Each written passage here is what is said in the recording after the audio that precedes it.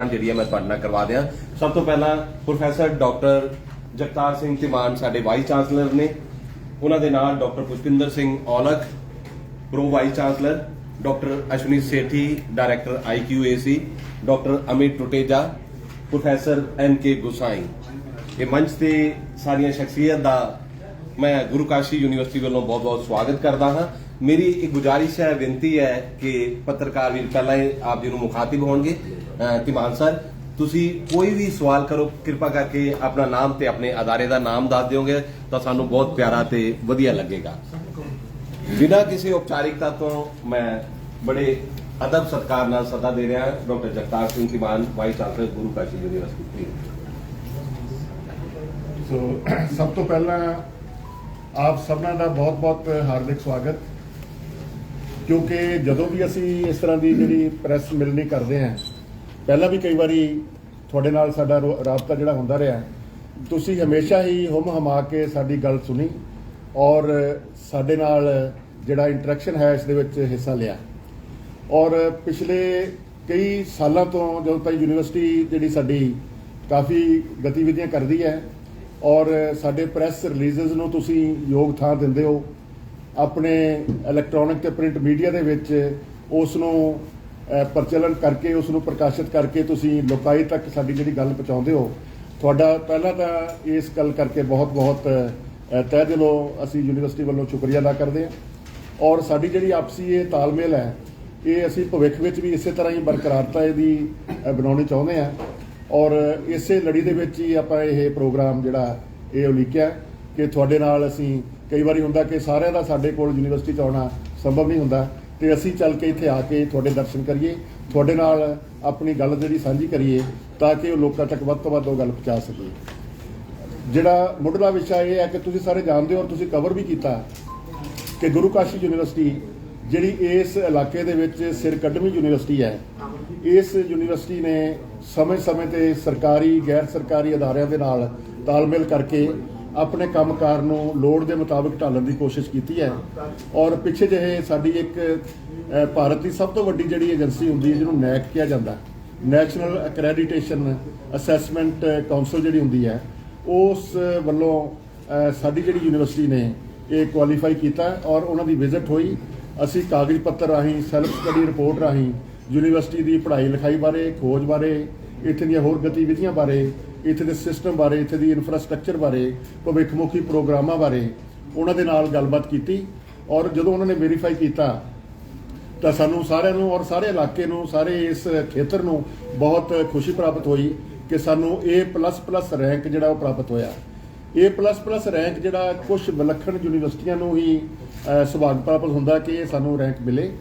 और इस रैंक का मतलब ये हुंदा कि ये यूनिवर्सिटी दे विच वो सारियां चीज़ां आ जिहड़ियां क्वालिटी दे नाल जुड़ियां होईयां और जिहड़ियां भविखमुखी हालात नूं समझदे होया असीं प्रोएक्टिव होकर प्रोग्राम उलीकदे हैं, उहदे बारे च साडे कोल साजो समान और पूरी सुविधा है, पूरी गतिविधि असीं करदे हैं।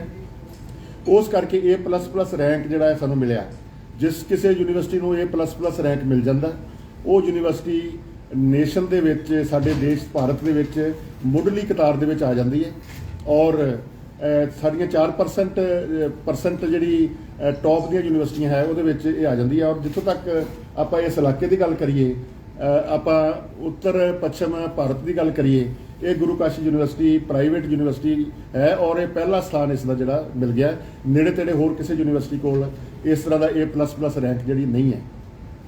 A++ रैंक होने का मतलब ये हो जाता कि साडी जिहड़ी दिख है वो वध जाती है और दुनिया के उत्ते और देश दे विच, और इस दिख दे राही लोग साडे नाल जुड़ते हैं, अदारे साडे नाल जुड़ते हैं, साडी प्रोग्रामां की सांझ पैंदी है, साडे MOU होरनां अदारे चाहे वो देशां च होण जां विदेशां च होण उन्हां दे नाल सांझ पैंदी है। साडी एडमिशन भी उस हिसाब दे नाल हुंदी है, प्रोग्राम भी उस हिसाब नाल लिखे जाते हैं, कोर्स उस हिसाब नाल शुरू किए जाते हैं।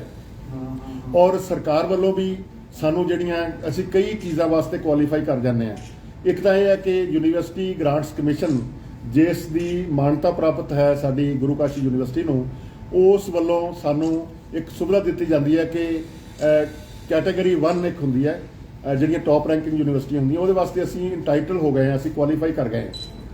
और इस तो अलावा एक 12B स्टेटस हुंदा ਉਸ ਦੇ ਹਿਸਾਬ ਦੇ ਨਾਲ ਸਾਨੂੰ ਜਿਹੜੀ ਫੰਡਿੰਗ ਹੈ ਉਹ ਜਿਸ ਤਰ੍ਹਾਂ ਸਰਕਾਰੀ ਯੂਨੀਵਰਸਿਟੀਆਂ ਨੂੰ ਮਿਲਦੀ ਹੈ ਉਸ ਫੰਡਿੰਗ ਦੇ ਲੈਣ ਵਾਸਤੇ ਅਸੀਂ ਅਪਲਾਈ ਕਰ ਸਕਦੇ ਹਾਂ। ਉਸ ਦਾ ਸਾਨੂੰ ਐਲੀਜੀਬਿਲਟੀ ਜਿਹੜੀ ਅਸੀਂ ਉਹ ਯੋਗਤਾ ਹਾਸਲ ਕਰ ਲਈ ਹੈ। ਇਸ ਤੋਂ ਇਲਾਵਾ ਜਿਹੜੇ ਵੀ ਕੋਈ ਪ੍ਰੋਗਰਾਮ ਚਾਹੇ UGC ਕਰਦੀ ਹੈ, ਚਾਹੇ ਉਹ Indian council of agriculture research ਕਰਦੀ ਹੈ, ਚਾਹੇ CSIR ਕਰਦੀ ਹੈ, ਚਾਹੇ ਗਵਰਨਮੈਂਟ ਦੇ ਹੋਰ ਅਦਾਰੇ ਕਰਦੇ ਆ, ਉਹਦੇ ਵਿੱਚ ਸਾਨੂੰ ਵੀ ਇਨਵੀਟੇਸ਼ਨ ਆ ਜਾਂਦਾ। ਸਾਡੀ ਉਹਨਾਂ ਨਾਲ ਇੰਟਰੈਕਸ਼ਨ ਵੱਧਦੀ ਹੈ, ਅਸੀਂ ਉਹਨਾਂ ਨਾਲ ਰਾਜੀ ਪ੍ਰਾਪਤੀ ਹੁੰਦੀ ਹੈ ਗੁਰੂ ਕਾਸ਼ੀ ਯੂਨੀਵਰਸਿਟੀ ਨੂੰ ਜਿਹੜੀ ਹੋਈ ਹੈ। ਔਰ ਮੈਂ ਸਮਝਦਾ ਕਿ ਇਹਨਾਂ ਸਾਰੀਆਂ ਚੀਜ਼ਾਂ ਔਰ ਦੂਸਰੀ ਹੋਰ ਯੂਨੀਵਰਸਿਟੀ ਹੈ ਆਪਸ ਦੇ ਵਿੱਚ ਉਹ ਇੱਕ ਆਪਣੇ ਆਪ ਨੂੰ ਇੱਕ ਕੰਪੀਟੀਸ਼ਨ ਦੀ ਭਾਵਨਾ ਨਾਲ ਦੇਖਦੇ ਆ। ਔਰ ਗੁਰੂ ਮਹਾਰਾਜ ਨੇ 10ਵੇਂ ਪਿਤਾ ਨੇ ਗੁਰੂ ਗੋਬਿੰਦ ਸਿੰਘ ਜੀ ਨੇ ਇੱਥੇ ਆਪਾਂ ਨੂੰ ਇਹ ਬਖਸ਼ਿਸ਼ ਕੀਤੀ ਹੈ ਕਿ ਇੱਥੇ ਇੱਕ ਯੂਨੀਵਰਸਿਟੀ ਹੈ, ਅਕਾਲ ਯੂਨੀਵਰਸਿਟੀ ਹੈ, ਏਮਸ ਹੈ, ਪੰਜਾਬ ਐਗਰੀਕਲਚਰਲ ਜਾਂ ਇੱਕ ਯੂਨੀਵਰਸਿਟੀ ਦੇ ਵਿੱਚ ਕੋਈ ਇੱਕ ਸਟਰੈਂਥ ਹੈ ਪਤਾ ਜਿਨ੍ਹਾਂ ਨੇ ਭਵਿੱਖ ਸਿਰਜਣਾ ਹੈ ਉਹਨਾਂ ਦੇ ਜਿਹੜਾ ਭਲਾ ਹੋ ਸਕੇ ਉਹ ਕਿਸੇ ਚੰਗੇ ਰਾਹ ਤੁਰ ਸਕਣ। ਔਰ ਮੈਂ ਸਮਝਦਾ ਜਿਹੜਾ ਕੰਸੋਰਸ਼ੀਅਮ ਹੈ ਇਹ ਪਹਿਲਾਂ ਸ਼ਾਇਦ ਕਿਤੇ ਨਹੀਂ ਹੋਇਆ। ਇਹ ਸਾਡੀ ਯੂਨੀਵਰਸਿਟੀ ਵੱਲੋਂ ਪਹਿਲ ਕਦਮੀ ਕਰਕੇ ਇਹ ਇੱਕ ਕੰਸੋਰਸ਼ੀਅਮ 7 ਇੰਸਟੀਟਿਊਸ਼ਨਸ ਦੇ ਨਾਲ ਏਮਸ ਵੀ ਉਹਦੇ ਵਿੱਚ ਹੈ। ਜਿਸ ਤਰ੍ਹਾਂ ਆਪਣਾ ਤਾਲਮੇਲ ਬਣਿਆ ਭਵਿੱਖ ਵਿੱਚ ਵੀ ਇਸ ਤਰ੍ਹਾਂ ਦਾ ਤਾਲਮੇਲ ਆਪਾਂ ਬਣਾਉਣਾ ਜਿਹੜਾ ਉਹ ਜਾਰੀ ਰੱਖਾਂਗੇ ਤੇ ਉਹਨਾਂ ਵੱਲੋਂ ਸਾਰਿਆਂ ਨੂੰ ਸ਼ੁਭ ਇੱਛਾਵਾਂ। ਔਰ ਇਸੇ ਤਰ੍ਹਾਂ ਹੀ ਸਾਡੇ ਮੈਨੇਜਿੰਗ ਡਾਇਰੈਕਟਰ ਸਰਦਾਰ ਸੁਖਰਾਜ ਸਿੰਘ ਸਿੱਧੂ ਜੀ ਵੱਲੋਂ ਵੀ ਉਹ ਤਾਂ ਮੇਰੇ ਖਿਆਲ ਆ ਰਹੇ ਹੋਣੇ ਰਸਤੇ 'ਚ ਹੈ ਤੇ ਉਹ ਸਾਡੇ ਵਿੱਚ ਹਾਜ਼ਰ ਹੋਣਗੇ। ਤੇ ਬਾਕੀ ਮੇਰੇ ਸਾਥੀ ਡਾਕਟਰ ਅਸ਼ਵਨੀ ਸੇਠੀ ਇਹ ਤੁਸੀਂ ਸਾਰੇ ਜਾਣਦੇ ਹੋ, ਔਰ ਡਾਕਟਰ ਅਮਿਤ ਟੁਟੇਜਾ ਜਿਨ੍ਹਾਂ ਨੇ ਬਹੁਤ ਦੇਰ ਐਗਜ਼ਾਮੀਨੇਸ਼ਨ ਦਾ ਕੰਮ ਦੇਖਿਆ ਔਰ ਹੁਣ ਅੱਜ ਕੱਲ੍ਹ ਇਹ ਡੀਨ ਹੈਗੇ ਆ ਇੰਜੀਨੀਅਰਿੰਗ ਤੇ ਟੈਕਨੋਲੋਜੀ ਕਾਲਜ ਦੇ। ਮੇਰੇ ਖੱਬੇ ਪਾਸੇ ਮੇਰੇ ਛੋਟੇ ਵੀਰ ਡਾਕਟਰ ਪੁਸ਼ਪਿੰਦਰਪਾਲ ਸਿੰਘ ਔਲਖ ਜਿਹੜੇ ਪ੍ਰੋ ਵਾਈਸ ਚਾਂਸਲਰ ਦੇ ਤੌਰ ਦੇ ਉੱਤੇ ਸੇਵਾ ਨਿਭਾ ਰਹੇ ਆ, ਇਹ ਇਸ ਵੇਲੇ ਹਾਜ਼ਰ ਹਨ। ਔਰ ਤੁਹਾਡੇ ਇਸ ਬਠਿੰਡਾ ਸ਼ਹਿਰ ਦੇ ਵਿੱਚ ਬਹੁਤ ਹੀ ਮਕਬੂਲ ਔਰ ਬਹੁਤ ਹੀ ਸੋਸ਼ਲ ਸਰਕਲ ਦੇ ਵਿੱਚ ਐਕਟਿਵ ਜਿਹੜੇ ਡਾਕਟਰ ਨਰਿੰਦਰ ਕੁਮਾਰ ਗੁਸਾਈ ਜੀ ਉਹ ਸਾਡੇ ਕੋਲ ਬੈਠੇ ਆ ਤੇ ਇਹ ਸਾਰੇ ਰਲ ਕੇ ਸਾਡੀ ਟੀਮ ਹੈ। ਇਹ ਸਾਡੇ PRO ਜਿਹੜੀ ਸਾਡੀ ਗੱਲ ਤੁਹਾਡੇ ਤੇ ਪਹੁੰਚਾਉਣ ਦੀ ਕੋਸ਼ਿਸ਼ ਇਹ ਕਰਦੇ ਆ ਰੋਜ਼, ਔਰ ਇਹ ਇਸ ਵੇਲੇ ਹਾਜ਼ਰ ਹੈ। ਤਾਂ ਸਮਝ ਲਓ ਸਾਡੀ ਸਾਰੀ ਗੁਰੂ ਕਾਸ਼ੀ ਯੂਨੀਵਰਸਿਟੀ ਤੁਹਾਡੇ ਨਾਲ ਰੂਬਰੂ ਹੋ ਰਹੀ ਹੈ। ਤੇ ਮੈਂ ਡਾਕਟਰ ਅਸ਼ਵਨੀ ਹੁਣਾਂ ਦੀ ਗੱਲ ਕੀਤੀ ਔਰ ਇਹ ਅੱਜ ਕੱਲ੍ਹ ਕੰਮ ਦੇਖ ਰਹੇ ਆ ਡਿਸਟੈਂਸ ਲਰਨਿੰਗ ਦਾ। ਡਿਸਟੈਂਸ ਲਰਨਿੰਗ ਜਿਹੜੀ ਚੀਜ਼ ਹੁੰਦੀ ਹੈ ਉਹ ਉਸ ਯੂਨੀਵਰਸਿਟੀ ਨੂੰ ਇਹ ਜਿਹੜਾ ਮੌਕਾ ਮਿਲਦਾ ਕਿ ਉਹ ਕਰ ਸਕਦੇ ਆ, ਉਹ ਐਲੀਜੀਬਲ ਹੈ ਇਸ ਕੰਮ ਨੂੰ ਚਲਾਉਣ ਵਾਸਤੇ ਜਿਨ੍ਹਾਂ ਨੂੰ ਕੋਲ A++ ਦੀ ਰੈਂਕਿੰਗ ਹੁੰਦੀ ਹੈ। ਔਰ ਅਸੀਂ ਇਸ ਰੈਂਕਿੰਗ ਦੇ ਵਿੱਚ ਡਿਸਟੈਂਸ ਲਰਨਿੰਗ ਦੇ ਪ੍ਰੋਗਰਾਮ ਵੀ ਉਲੀਕੇ ਹੈ ਤਾਂ ਕਿ ਸਾਡੇ ਵਿਦਿਆਰਥੀ ਜਿਹੜੇ ਦੂਰ ਦਰਾਡੇ ਵਸੇ ਆ, ਮੁਸ਼ਕਲ ਹਾਲਾਤਾਂ ਦੇ ਵਿੱਚ ਰਹਿ ਰਹੇ ਆ ਜਾਂ ਕਿਸੇ ਤੌਰ ਦੇ ਉੱਤੇ ਸਾਡੇ ਰੈਗੂਲਰ ਪ੍ਰੋਗਰਾਮਾਂ ਦੇ ਨਾਲ ਉਹ ਨਹੀਂ ਜੁੜ ਸਕੇ, ਉਹਨਾਂ ਨੂੰ ਵੀ ਇਸ ਚੀਜ਼ ਦਾ ਜਿਹੜਾ ਯੂਨੀਵਰਸਿਟੀ ਦੇ ਪ੍ਰੋਗਰਾਮਾਂ ਦਾ ਜਿਹੜਾ ਫਾਇਦਾ ਹੋ ਸਕੇ। ਤਾਂ ਉਹ 20 ਪ੍ਰੋਗਰਾਮ ਜਿਹੜੇ ਆ ਯੂਨੀਵਰਸਿਟੀ ਵੱਲੋਂ ਚਲਾਏ ਜਾ ਰਹੇ ਆ। ਅਸੀਂ ਪ੍ਰੈਸ ਨੋਟ ਦੇ ਵਿੱਚ ਜਿਹੜੀਆਂ ਗੱਲਾਂ ਮੈਂ ਕੀਤੀਆਂ ਕਾਫੀ ਔਰ ਇਸ ਤਰ੍ਹਾਂ ਦੀਆਂ ਹੋਰ ਗਤੀਵਿਧੀਆਂ ਜੋ ਅਸੀਂ ਚਲਾ ਰਹੇ ਉਹਦਾ ਜ਼ਿਕਰ ਕੀਤਾ ਔਰ ਯੂਨੀਵਰਸਿਟੀ ਨੇ ਬਹੁਤ ਸਾਰੇ ਅਦਾਰਿਆਂ ਨਾਲ MOU ਸਾਈਨ ਕੀਤੇ ਹੈ ਔਰ ਜਿਹੜੀਆਂ ਹੁਣ ਨੈਸ਼ਨਲ ਆਰਗੇਨਾਈਜੇਸ਼ਨਸ ਹੈ, ਚਾਹੇ ਉਹ ISRO ਹੈ, ਚਾਹੇ Indian council of agriculture research ਹੈ, ਚਾਹੇ Punjab state council of agriculture education ਹੈ, ਚਾਹੇ CSIR ਹੈ, ਚਾਹੇ DBT ਹੈ, ਚਾਹੇ DST ਹੈ, NABARD ਹੈ, PANSAF ਹੈ, PANSEED ਹੈ, ਸਾਰਿਆਂ ਦੇ ਨਾਲ ਸਾਡਾ ਜਿਹੜਾ ਤਾਲਮੇਲ ਹੈ ਉਹ ਅਸੀਂ ਕਰਨ ਦੀ ਕੋਸ਼ਿਸ਼ ਕਰ ਰਹੇ ਹਾਂ। ਤੇ ਸਿਰਫ ਕੋਸ਼ਿਸ਼ ਇਹੀ ਹੈ ਕਿ ਅਸੀਂ ਵੱਧ ਤੋਂ ਵੱਧ ਇਲਾਕੇ ਦੀ ਸੇਵਾ ਕਰ ਸਕੀਏ, ਲੋਕਾਈ ਦਾ ਭਲਾ ਕਰ ਸਕੀਏ ਔਰ ਜੋ ਮਿਸ਼ਨ ਸਾਨੂੰ ਪ੍ਰਾਪਤ ਹੋਇਆ ਜਿਹੜਾ ਯੂਨੀਵਰਸਿਟੀ ਦਾ ਮਿਸ਼ਨ ਹੈ ਜਾਂ ਮੈਂਡੇਟ ਹੈ ਉਸ ਦੇ ਹਿਸਾਬ ਨਾਲ ਗਤੀਵਿਧੀਆਂ ਨੂੰ ਲੀਕ ਕੇ ਆਪਾਂ ਅੱਗੇ ਕਰ ਸਕੀਏ। ਤਾਂ ਇਹਨਾਂ ਸ਼ਬਦਾਂ ਨਾਲ ਮੈਂ ਤੁਹਾਨੂੰ ਜੈਨ ਕਰਨਾ ਔਰ ਆਪਣੀ ਜਿਹੜੀ ਡਿਸਕਸ਼ਨ ਹੈ ਉਸ ਦੀ ਸ਼ੁਰੂਆਤ ਮੈਂ ਇਹਨਾਂ ਗੱਲਾਂ ਕਰਕੇ ਥੋੜਾ ਮੈਂ ਟੱਚ ਕਰ ਦਿੱਤੀਆਂ। ਕੋਈ ਹੋਰ ਵਿਚਾਰ ਚਰਚਾ ਹੋਏਗੀ ਤੇ ਆਪਾਂ ਜ਼ਰੂਰ ਇੰਟਰੈਕਟ ਕਰਾਂਗੇ ਤੇ ਜੇ ਅਗਲਾ ਪ੍ਰੋਗਰਾਮ ਹੁਣ ਇਹ ਦੇਖਣਗੇ ਤੇ ਅੱਗੇ ਕਰਨਗੇ ਤੇ ਤੁਹਾਡਾ ਬਹੁਤ ਬਹੁਤ ਸਵਾਗਤ। ਔਰ ਮੈਂ ਬਹੁਤਿਆਂ ਨੂੰ ਜਾਣਦਾ ਕਿਉਂਕਿ ਮੈਂ ਪੰਜਾਬ ਐਗਰੀਕਲਚਰਲ ਯੂਨੀਵਰਸਿਟੀ ਦੇ ਵਿੱਚ ਬਹੁਤ ਸਾਲ ਡਾਇਰੈਕਟਰ ਕਮਿਊਨੀਕੇਸ਼ਨ ਦੇ ਤੌਰ ਦੇ ਉੱਤੇ ਕੰਮ ਕੀਤਾ ਔਰ ਮੀਡੀਆ ਨਾਲ ਮੇਰਾ ਇੰਟਰੈਕਸ਼ਨ ਹਮੇਸ਼ਾ ਹੀ ਹੁੰਦਾ ਰਿਹਾ ਔਰ ਬੜੀ ਖੁਸ਼ੀ ਹੋਈ ਹੈ ਤੁਹਾਨੂੰ ਇੱਕ ਵਾਰੀ ਫੇਰ ਇੱਥੇ ਮਿਲ ਕੇ ਤੇ ਤੁਹਾਡਾ ਸਾਰਿਆਂ ਦਾ ਬਹੁਤ ਬਹੁਤ ਧੰਨਵਾਦ ਔਰ ਜੀ ਆਇਆਂ।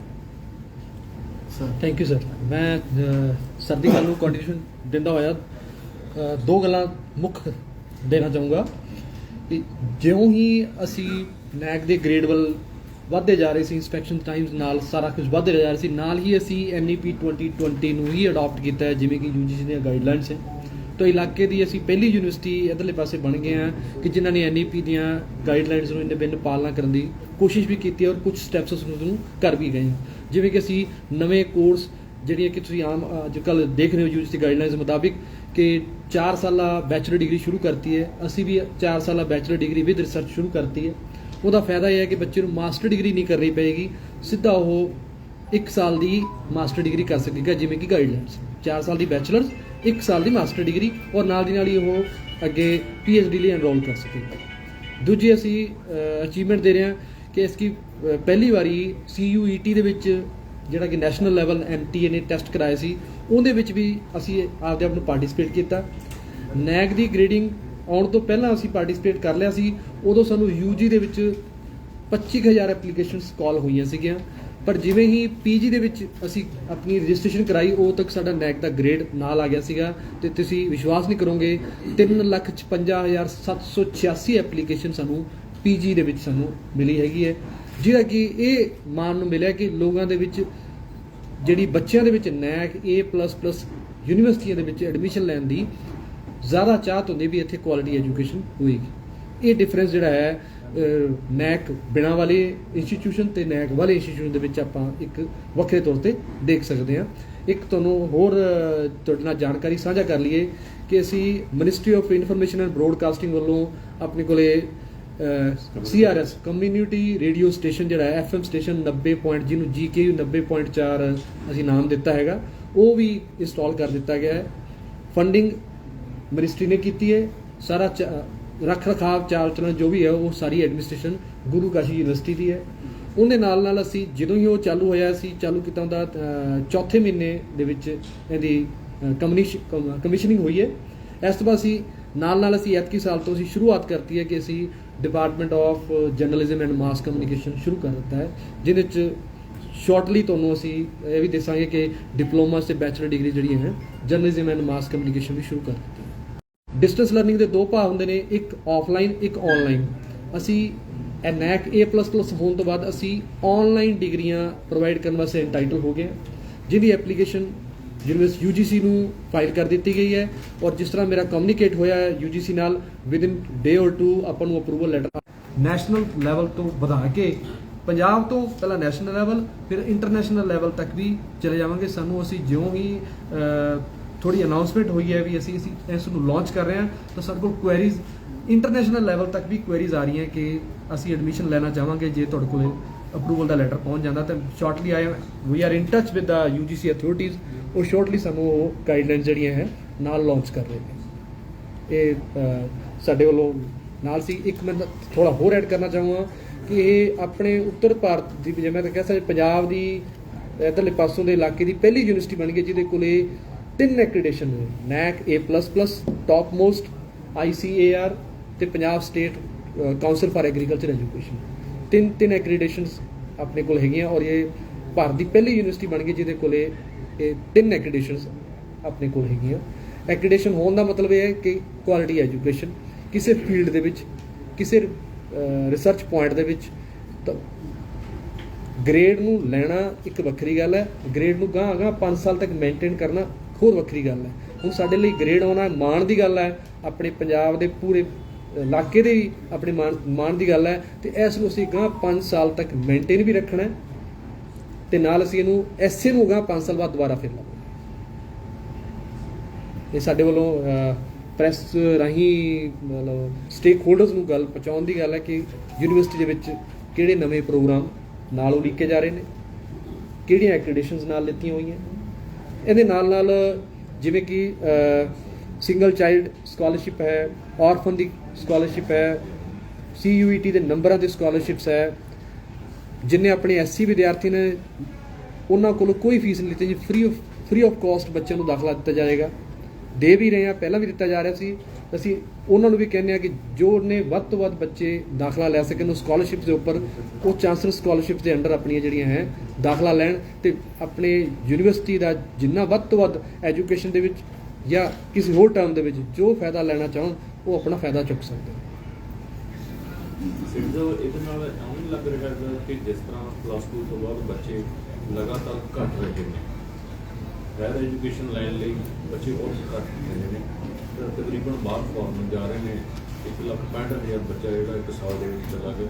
ਤਾਂ ਆਉਣ ਵਾਲੇ ਸਮੇਂ ਦੇ ਵਿੱਚ ਤੁਸੀਂ ਕੀ ਦੇਖਦੇ ਹੋ ਭਵਿੱਖ ਜਿਹੜਾ ਖਾਸ ਕਰਕੇ ਇਹਨਾਂ ਯੂਨੀਵਰਸਿਟੀਆਂ ਦਾ ਜਾਂ ਕਾਲਜਾਂ ਦਾ, ਜਿਸ ਹਿਸਾਬ ਨਾਲ ਬੱਚੇ Twinning। ਬਿਲਕੁਲ ਇਹ ਤੁਹਾਡੀ ਗੱਲ ਸਹੀ ਹੈ ਔਰ ਬਲਕਿ ਪੰਜਾਬ ਵਾਸਤੇ ਤਾਂ ਇਹ ਇੱਕ ਚਿੰਤਾ ਦਾ ਵਿਸ਼ਾ ਰਿਹਾ ਕਿ ਸਭ ਤੋਂ ਵੱਡੀ ਸੋਸ਼ੀਓਲੋਜੀਕਲ ਪ੍ਰੋਬਲਮ ਇਹ ਰਹੀ ਹੈ ਕਿ ਸਾਡੀ ਇਮੀਗ੍ਰੇਸ਼ਨ ਹੋ ਰਹੀ ਹੈ, ਸਾਡਾ ਯੂਥ ਵੀ ਔਰ ਖਾਸ ਕਰਕੇ ਜਿਹੜਾ ਨੌਜਵਾਨ ਜਿਨ੍ਹਾਂ ਨੇ ਅਜੇ ਹਾਇਰ ਐਜੂਕੇਸ਼ਨ 'ਚ ਜਾਣਾ ਆ ਉਹ ਵਹੀਰਾਂ ਕੱਟ ਕੇ ਜਿਹੜੇ ਆ ਬਾਹਰ ਵਾਲੇ ਦੇਸ਼ਾਂ 'ਚ ਕੈਨੇਡਾ, ਅਮਰੀਕਾ, ਆਸਟ੍ਰੇਲੀਆ ਵੱਲ ਜਾ ਰਹੇ ਆ।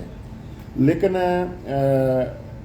ਦੋ ਕਾਰਨਾਂ ਕਰਕੇ ਇਹ ਚੀਜ਼ ਰੁਕ ਸਕਦੀ ਹੈ। ਇੱਕ ਤਾਂ ਇੱਥੇ ਪ੍ਰੋਗਰਾਮ ਅਟਰੈਕਸ਼ਨ ਹੋਵੇ ਉਹਨਾਂ ਲਈ ਜਿਹਦੇ ਉੱਤੇ ਸਾਡਾ ਫੋਕਸ ਥੋੜਾ ਜਿਹਾ ਸ਼ੁਰੂ ਹੋਇਆ।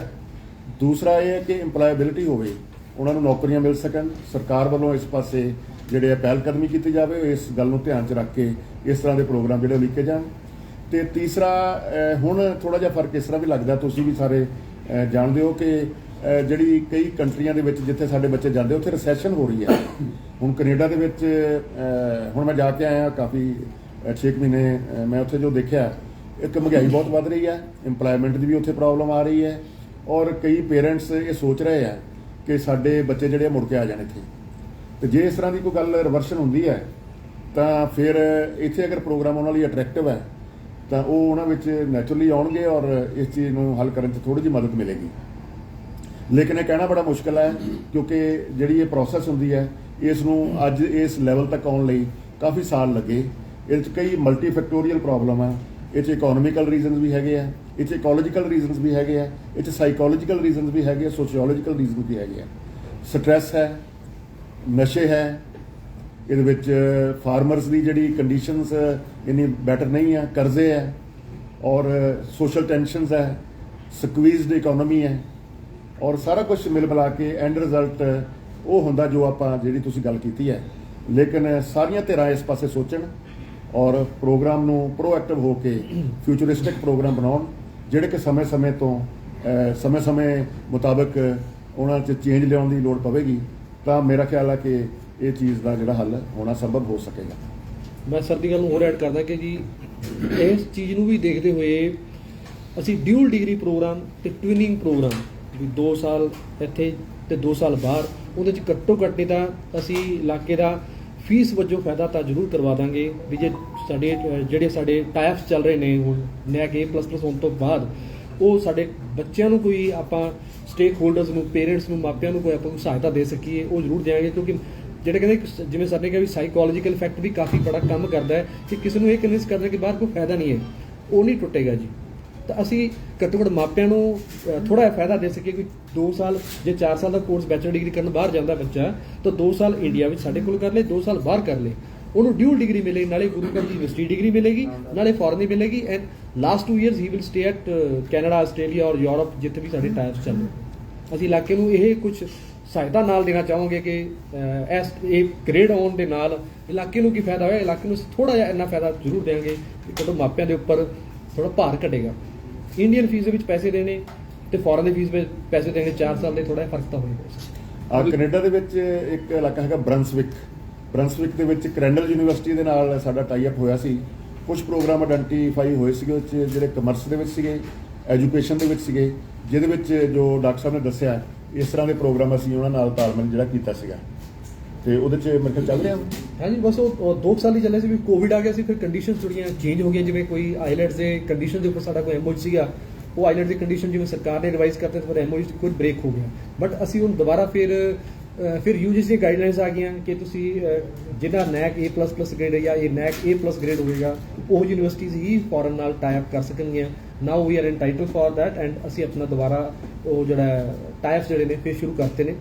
ਤੇ ਪਹਿਲਾਂ ਕੱਲਾ ਕੈਨੇਡਾ ਤੱਕ ਹੀ ਸੀਮਿਤ ਸੀਗਾ, ਹੁਣ ਅਸੀਂ ਆਸਟ੍ਰੇਲੀਆ, ਯੂਰਪ ਤੇ ਇੱਧਰ ਜਰਮਨ ਕੰਨੀ ਵੀ ਆਪਣੇ ਹੱਥ ਪੈਰ ਲਗਾਏ ਨੇ ਕਿ ਉੱਧਰ ਵੀ ਸਾਨੂੰ ਮਿਲਣਗੇ। ਤੁਹਾਡੀ ਕਿੰਨੇ ਯੂਨੀਵਰਸਿਟੀ ਟਾਈਪ ਚੁੱਕੇ ਦੋ ਨਾਲ ਸਟਾਰਟ ਕੀਤਾ ਜੀ ਅਸੀਂ। ਇੱਕ ਕੈਨੇਡਾ ਦੇ ਵਿੱਚ ਸਟਾਰਟ ਕੀਤਾ ਜੀ, ਨੇਮਸ ਅਜੇ ਮੈਂ ਤਾਂ ਡਿਸਕਲੋਜ਼ ਕਰ ਰਿਹਾ ਕਿ ਅਜੇ ਦੈਟ ਇਜ਼ ਇਨ ਪਾਈਪਲਾਈਨਸ। ਸਰ ਇੱਥੇ ਵੀ ਬਹੁਤ ਸਾਰੇ ਇੰਸਟੀਚਿਊਟ ਐਸੇ ਖੁੱਲੇ ਹੈ ਜਿਨ੍ਹਾਂ ਦੇ ਹੁਣ ਰੇਟ ਪੈ ਰਹੀ ਹੈ 90 ਦੇ ਤਾਂ ਮਾੜਾ ਜਿਹਾ ਆਪਣਾ ਦੱਸ ਦਿਓ ਨਾਮ ਐਂਡ। ਜਿੱਦਾਂ ਉੱਤਮ ਹਿੰਦੂ ਅਖਬਾਰ ਤੋਂ ਜੀ ਅੱਛਾ ਜੀ, ਉਹਨਾਂ ਨੇ ਇੱਥੇ 90 ਦੇ ਲੰਬੇ ਕੈਂਸਲ ਵੀ ਕੀਤੇ ਇਹਨਾਂ ਨੇ ਡੀਸੀ ਸਾਹਿਬ ਨੇ, ਉਹ ਕਸਬਾ ਦੇ ਪਾਸੇ ਵੀ ਹੋਇਆ। ਉਹਨਾਂ ਦੇ ਬਾਰੇ ਤੁਸੀਂ ਕੀ ਕਹਿਣਾ ਚਾਹੋਗੇ? जनरल सर ਉਹ IELTS center ਨੇ। ਹੈਗੇ ਆਈਲੈਟ ਸੈਂਟਰਸ ਆਈਲੈਟ ਸੈਂਟਰ ਨੇ ਹਾਂ ਜਿਹੜਾ ਇਹ ਸਾਡੀ ਯੂਨੀਵਰਸਿਟੀ ਵਾਲਾ ਇਹ ਮੈਂ ਆਪਣੇ ਦੋਸਤਾਂ ਦੀ ਗੱਲ 'ਚ ਐਡ ਕਰ ਦਿਆਂ ਕਿ ਗੁੰਮਰਾਹ ਕਰ ਰਹੇ ਦੂਜਿਆਂ ਨੂੰ ਵੀ ਹਾਂ ਨਹੀਂ ਉਹ ਕੋਈ ਪਰਪਸ ਨਹੀਂ ਜਿੱਦਾਂ ਹੁਣ ਸਾਡਾ ਸਭ ਤੋਂ ਸਟਰੋਂਗ ਡਿਪਾਰਟਮੈਂਟ ਹੈਗਾ ਐਗਰੀਕਲਚਰ ਤੁਸੀਂ ਹੈਰਾਨ ਹੋਗੇ ਕਿ ਪੀਏਯੂ ਤੋਂ ਬਾਅਦ ਸਿਰਫ ਗੁਰਕਾਸ਼ੀ ਯੂਨੀਵਰਸਿਟੀ ਕੈਸੀ ਹੈ ਇਸ ਰੀਜਨ 'ਚ ਜਿਹਦੇ ਕੋਲ ਡਬਲ ਐਕ੍ਰੀਡੀਸ਼ਨ ਹੈਗੀ ਹੈ ਜਿਸ ਕਰਕੇ ਬੱਚੇ ਸਾਡੇ ਕੋਲ ਤਕਰੀਬਨ 18 ਸਟੇਟਾਂ ਦੇ ਬੱਚੇ ਔਰ 8 ਕੰਟਰੀਜ਼ ਦੇ ਬੱਚੇ ਇਸ ਯੂਨੀਵਰਸਿਟੀ 'ਚ ਪੜ੍ਹਾਈ ਕਰਦੇ ਨਾਲੇ ਹਨ ਸਰ- ਸਾਨੂੰ ਇਹ ਚਿੰਤਾ ਹੈਗੀ ਕਿ ਸਾਡੇ ਬੱਚੇ ਬਾਹਰ ਜਾ ਰਹੇ ਤੇ ਉਹਨਾਂ ਦੇ ਬੱਚੇ ਤੁਸੀਂ ਕਿਤੇ ਆ ਕੇ ਦੇਖੋ ਦੇ ਆਰ